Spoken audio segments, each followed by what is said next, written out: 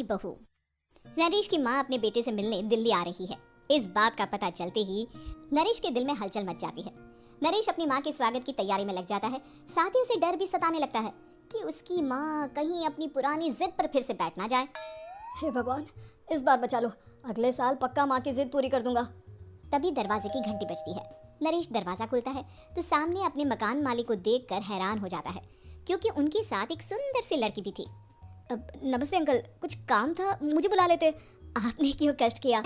अरे नहीं, इसमें कष्ट कैसा, मैं तो बस तुम्हें रीना से मिलवाने आया था। आज से रीना तुम्हारे साथ इसी फ्लैट में रहेगी। अंकल, कोई लड़का फ्लैटमेट नहीं है? एक अनजान लड़की के साथ रहना मेरे लिए थोड़ा अजीब होगा। देखो नरेश, मैं तुम्हें पहले भी बता चुका हूँ कि इस फ्लैट में तुम्हें किसी ना किसी के साथ एडजस्ट करना ही होगा, या फिर तुम अकेले पूरे फ्लैट का किराया दे दो, मैं किसी को नहीं रखूंगा। नरेश अपने मकान मालिक की बात सुन के रीना के साथ रहने के लिए तैयार हो जाता है, पर अंदर ही अंदर उसे ये बात खाने लगती है कि वो अपनी माँ को क्या जवाब देगा जब उसकी माँ रीना के बारे में उसे पूछेगी। दिन बीतने लगते हैं। नरेश और रीना अच्छे दोस्त भी बन जाते हैं, पर अभी भी नरेश अपनी प्रॉब्लम का सोल्यूशन नहीं ढूंढ पाता। एक दिन नरेश बहुत परेशान सा बैठा होता है। तभी रीना उसे पूछती है, क्या हुआ नरेश, तुम काफी परेशान लग रहे हो, सब ठीक तो है ना? हाँ सब ठीक है, बस एक छोटी सी प्रॉब्लम है। वो एक्चुअली 2 दिन बाद मेरी माँ मुझसे मिलने आ रही है। अरे तो इसमें प्रॉब्लम क्या है, ये तो खुशी की बात है। हाँ रीना, बट मेरी माँ एक जिद लेकर बैठ गई है कि मैं शादी कर लूँ, पर मैं अभी इस चीज़ के लिए तैयार नहीं हूँ। ऊपर से जब वो तुम्हें देखेगी तो 100 सवाल करेगी, क्या जवाब दूंगा?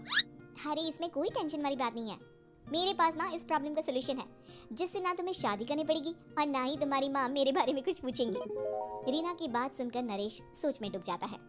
वो सोचता है कि रीना खुले ख्यालों वाली लड़की है, कहीं माँ को सच बता ना दे। नरेश को सोच में डूबा देखकर रीना कहती है, अरे क्या हुआ, किस सोच में पड़ गए?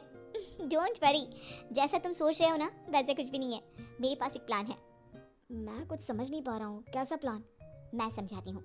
हम ना एक कॉन्ट्रैक्ट मैरिज कर लेते हैं। फिलहाल मेरे पास जॉब नहीं है, तो तुम इस रूम का किराया दे देना जब तक तुम्हारी माँ यहाँ रहेंगी, सिर्फ तब तक। और तुम अपनी माँ से कह देना कि मैं तुम्हारी पत्नी हूँ, इससे वो मेरे यहाँ रहने पर कोई सवाल भी नहीं करेंगी। अरे बात तुम्हारी ठीक है, पर माँ से झूठ बोलना, ना पापा, मैं ये रिस्क नहीं ले सकता, कोई और आइडिया दो ना तुम। देखो मंजूर हो तो बोलो, वरना सच बता दो, मुझे कोई प्रॉब्लम नहीं है। रीना की बात सुनकर नरेश सोच में डूब जाता है। बहुत सोचने के बाद जब उसे कोई रास्ता नहीं मिलता तो वो रीना के बताए हुए रास्ते पर चलने के लिए तैयार हो जाता है। वो रीना से बात करता है और अपनी माँ की पसंद और नापसंद के बारे में बताता है। रीना भी नरेश की सभी बातों को ध्यान से सुनती है, ताकि कहीं उससे कोई गलती ना हो जाए। आखिर वो दिन भी आ जाता है जब नरेश की माँ उससे मिलने दिल्ली आ जाती है। नरेश अपनी माँ को फ्लैट पर लेकर जाता है। जैसे ही नरेश की माँ फ्लैट के अंदर जाती है, रीना उसके पैर छू लेती है। ये देखकर नरेश की माँ थोड़ी घबरा जाती है और नरेश से पूछती है, अरे बेटा नरेश, ये कौन है? माँ, ये आपकी बहू रीना है। माफ़ी चाहता हूँ, सब कुछ इतनी जल्दी में हुआ कि आपको बता ही नहीं पाया, इसलिए सोचा कि क्यों ना आपको सरप्राइज दिया जाए। अरे बेटा, मैं तो बस तेरा घर बसा हुआ देखना चाहती थी।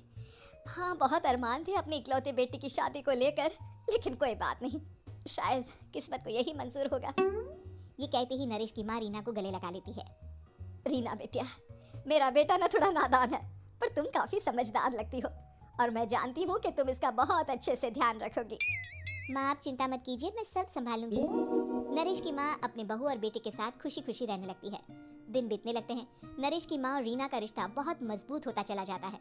वो दोनों सारा दिन एक साथ रहती और खूब बातें करती। इधर साथ रहते रहते नरेश और रीना भी एक दूसरे से प्यार करने लगते हैं। दोनों को इस बात का एहसास हो जाता है, फिर भी वो इस बात को छुपा कर ही रखते हैं। एक दिन नरेश की माँ और रीना शादी के बारे में बात करने लगते हैं। रीना बिटिया, ये तो नरेश ने मुझे बिना बताए शादी कर ली, वरना मैं तो अपनी इकलौती बेटी की शादी इतनी धूमधाम से करती कि सारी दुनिया देखती रह जाती। अच्छा माँ, आप ऐसा भी क्या करती नरेश और मेरी शादी में जो दुनिया देखती रह जाती? अरे बिटिया, एक माँ के अरमान तुम अभी नहीं समझोगी। मैं तो अपनी बहू को एक रानी की तरह लेकर आती और शादी भी बिल्कुल शाही अंदाज में करती, पर मेरे तो सारे अरमान ऐसे ही रह गए। खैर, मुझे तो अपने बेटे और बहू की खुशी चाहिए बस। ये कहते हुए नरेश की माँ की आंखों में आंसू आ जाते हैं। रीना भी ये सुनकर ख्यालों में खो जाती है, क्योंकि वो भी मन ही मन खुद को नरेश की पत्नी और उसकी माँ की बहू मानने लगी थी। शाम को जब नरेश ऑफिस से घर आता है तो रीना खुद को रोक नहीं पाती और नरेश के सामने उसकी माँ को अपने और नरेश के रिश्ते का सारा सच बता देती है। रीना की बात सुनकर नरेश की माँ दोनों से बहुत नाराज हो जाती है और घर वापस जाने की बात करने लगती है। तुम दोनों ने मुझसे सच छुपाकर बहुत ठेस पहुंचाई है मुझे। अब तुम लोगों के साथ नहीं रहना चाहती मैं, कल ही वापस चली जाऊंगी अपने घर। माँ मुझे माफ कर दो, ये सब मैंने रीना के कहने पर ही किया है, वरना मैं भी आपको कभी ठेस पहुंचाने के बारे में सोच भी नहीं सकता। हाँ माँ, हमने ये सिर्फ आपका दिल रखने के लिए किया, प्लीज़ हम दोनों को माफ़ कर दीजिए। तुम दोनों ने मेरे अरमानों के साथ खिलवाड़ किया है, और वैसे भी मुझे अपने बेटे के लिए एक अच्छी लड़की ढूंढनी है, इसलिए मेरा यहाँ से जाना ही बेहतर होगा। माँ की ये बात सुनकर रीना खुद को रोक नहीं पाती। माँ, क्या मैं आपके घर की बहू बनने लायक नहीं हूँ? रीना की बात सुनकर नरेश हैरान रह जाता है। नरेश की माँ भी कुछ समझ नहीं पाती। मैं कुछ समझी नहीं, आखिर तुम कहना क्या चाहती हो? माँ, मैं वो नरेश से बहुत प्यार करती हूँ और साथ ही साथ मैं आपको भी अपनी माँ मान बैठी हूँ। आज जब आपकी बातें सुनी तो खुद को रोक नहीं पाई, इसलिए सारा सच आपको बता दिया। रीना की बात सुनकर नरेश की माँ की आंखों में आंसू आ जाते हैं और वो अपने बेटे नरेश और रीना को गले लगा लेती है। मेरे घर की बहू तो सिर्फ रीना बिटिया ही बनेगी। मैं आज ही तुम दोनों की शादी की तारीख निकलवा दूंगी, बस एक बार तुम्हारे घर वाले मान जाए। उसी दिन रीना के माता पिता भी उनके फ्लैट पर आ जाते हैं। दोनों परिवार आपस में बैठकर बातें करते हैं और शादी के लिए राजी हो जाते हैं। रीना भी कॉन्ट्रैक्ट फाड़ देती है और कहती है, सही मायने में मैं अब बहू बनूंगी, अब तक तो सिर्फ कॉन्ट्रैक्ट वाली बहू थी।